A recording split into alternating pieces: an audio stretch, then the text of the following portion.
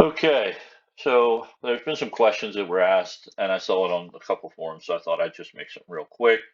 Kind of a little tip and trick on how to get a table leg without a seam down the middle. There was some contention about this, people talking about sanding it.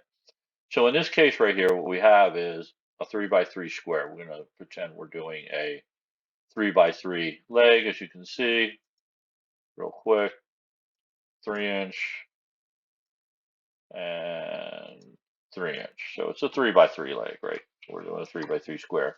So normally what would happen is if you had this leg and you were just doing a glue up with a couple inch and a half thick by 3 inch pieces of lumber, you're going to end up with that.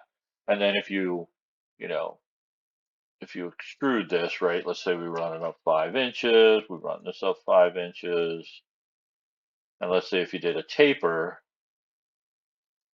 you're going to end up with a seam down the leg, right? It's really just not going to look very attractive. So what we're going to do is we're going to undo this.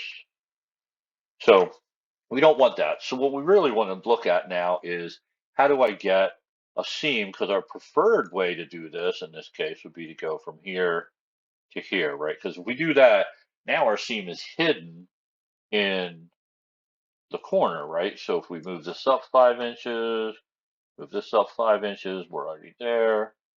Then we rotate around, you don't see any seam on any of the face, right? So that's what we're looking for, right? So how do we do this? How do we know, what size glue up we need to do to make this happen? Well, it's actually really simple. And if you've never done it before, then that's awesome. If you have done it before, then well, this will be no need for you to watch this video, I guess. So the easiest way, and I'm going to show this here, you can do this on paper, you can do this on wood. I'm going to show it here in SketchUp because I do a lot of things in SketchUp. So we'll go here, to our midpoint, we'll come up, we'll type in 45 degrees, so we get the 45. If you look in the lower right corner, you'll see where I type in 45, right? So we'll go to midpoint, we'll go up. This is 30, I'll type 45, hit enter. And then we don't need to do, the nice thing is we don't need to do this on all the corners because they're going to intersect at some point.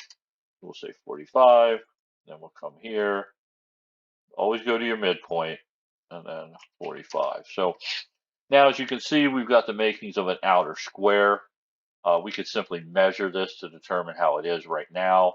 I'm going to draw this for visual. So I'm going to go from here to here. I'm going to just put some outlines on this for here and to here.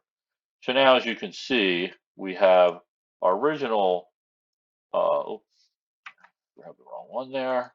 We had our original 3 by 3 square, sits snugly in the middle of this outer square.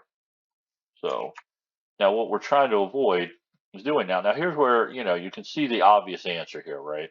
So if you say, well, what are you doing here, right? Okay, well, we want to hide the angle. So if we do a glue up and we take these two pieces and we split them and we glue them these two together, this piece here and this piece here, you can see where the seam lies on our 3 inch piece, right? So what are the dimensions? Well, it's super easy. I'll show it just for demonstration purposes.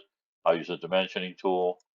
We'll go here. This should come out to 4 1/4 square, 4 1/4 square. As you can see, we're 4 1/4 square all around town. Okay, so basically all you need to do to make this happen is you need to create a simple glue up, a couple of pieces of wood that are not 1.5 inches. That's the wrong measurement. Uh, that are 2 1/8 inch thick by 4 1/4 inch wide. Do your glue up from here and here. Glue these pieces together this way. Put it on your table saw. Um, let's see here. So you put it on your table saw and then just trim these 45s away. So I'll just kind of show how that would look. I mean, it's obvious. You can see it, but just the end of the day, we're going to go like this. If we do our glue up like that, we end up with a really nice 3 by 3 inch square where the seam of the square runs from corner to corner. And as we showed earlier in the video, you won't be able to see it.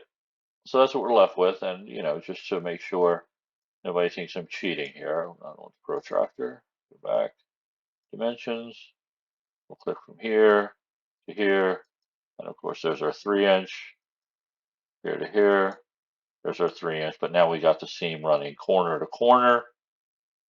And in running corner to corner, we don't have a seam showing on the outside edge as we demonstrated earlier. So anyway, thanks for watching.